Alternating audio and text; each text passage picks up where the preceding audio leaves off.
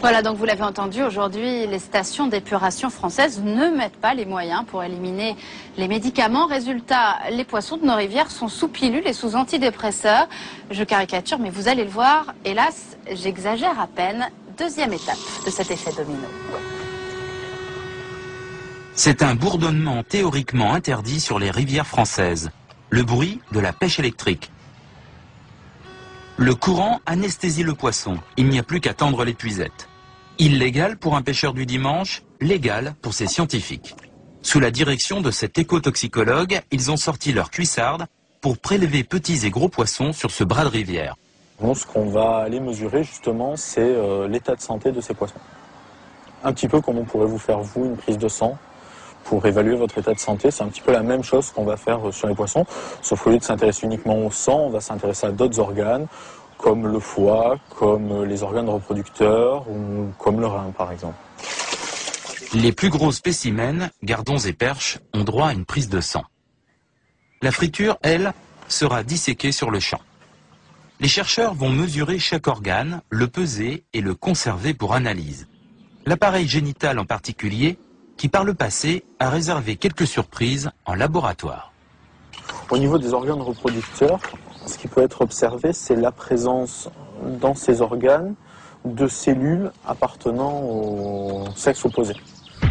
Incroyable, mais vrai. Voici un testicule de poisson en coupe. Au milieu des spermatozoïdes, plusieurs ovocytes. Des cellules femelles qui peuvent même, comme ici, envahir la quasi-totalité de l'organe mâle. Les poissons de nos rivières se féminisent et même se transforment quand il leur pousse un nouvel organe. Ici le testicule, et là, collé contre la membrane du dessus, un ovaire qui a fait son nid. Ce poisson est devenu hermaphrodite.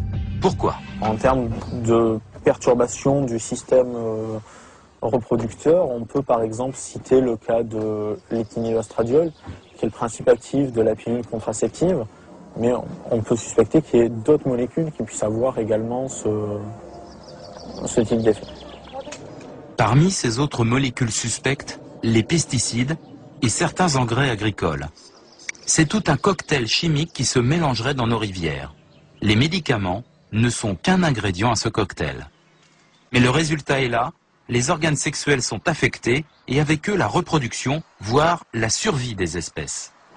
Voilà, la pilule a donc fait de nous des femmes libérées. Elle a en revanche transformé les poissons en hermaphrodites. Alors on va maintenant regarder ensemble ce schéma. Vous vous souvenez, nos eaux usées qui partent dans les égouts, qui arrivent ensuite dans la station d'épuration. À ce stade, l'eau n'est toujours pas potable, elle a besoin d'être diluée. Alors on va la reverser dans la rivière. La nature va faire son travail et puis l'eau va à nouveau pouvoir être captée. Direction cette fois l'usine de potabilisation. Cette fois, ouf, enfin, l'eau est devenue potable. Elle peut donc revenir jusqu'au chez nous dans nos robinets. Alors, me direz-vous, après un tel parcours du combattant, est-ce que nos molécules médicamenteuses sont toujours là? Eh bien, pour certaines, oui. Elles ont été incroyablement résistantes. Alors, est-ce que ça veut dire que lorsqu'on se servira un verre d'eau du robinet, on prendra d'une certaine manière un peu la pilule et un peu du Prozac? Écoutez ce qu'en pense cet expert. On ne peut plus exclure l'hypothèse que les résidus de médicaments qui se retrouvent dans l'eau, y compris dans l'eau potable, puissent avoir un impact sur la santé humaine associé à une foule d'autres composants chimiques. Ça, je crois qu'aujourd'hui, il y a un consensus dans la communauté scientifique. On n'exclut plus ça catégoriquement. On n'exclut rien, mais on ne prouve rien non plus. Difficile d'avoir des certitudes à l'échelle de l'infiniment petit.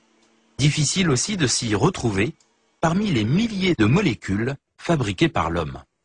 Un labo pharmaceutique va mettre sur le marché des dizaines, voire des centaines de molécules nouvelles en 10 ans, et dans le même temps, une collectivité X va mettre 10 ans à rénover sa station d'épuration.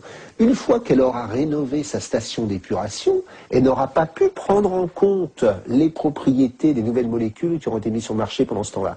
Donc c'est une course de vitesse qui est toujours perdue. Je pense qu'il faut prendre le problème à la source, en amont. Déjà, regarder de plus près s'il est pertinent, indispensable, qu'on consomme autant de médicaments. Est-ce qu'il ne faut pas quand même réduire notre consommation de médicaments? L'idée, c'est quand même que tout le monde se mobilise, hein, chacun à sa place pour et ne pas se dire bon, finalement on va mettre ça sous le tapis, on a d'autres urgences, on a d'autres priorités. Non, ce qui est en jeu, c'est la santé publique. Et on ne peut pas jouer avec la santé publique, c'est pas possible. Une enquête signée Anna Salzberg qui ne donne pas vraiment soif. Allez, on va maintenant tenter de noyer notre chagrin, non pas dans l'eau, mais dans la musique, puisque dimanche, c'est la fête de la musique et de l'été pour tous les Européens. Ça va swinguer dans les rues de France et d'Allemagne.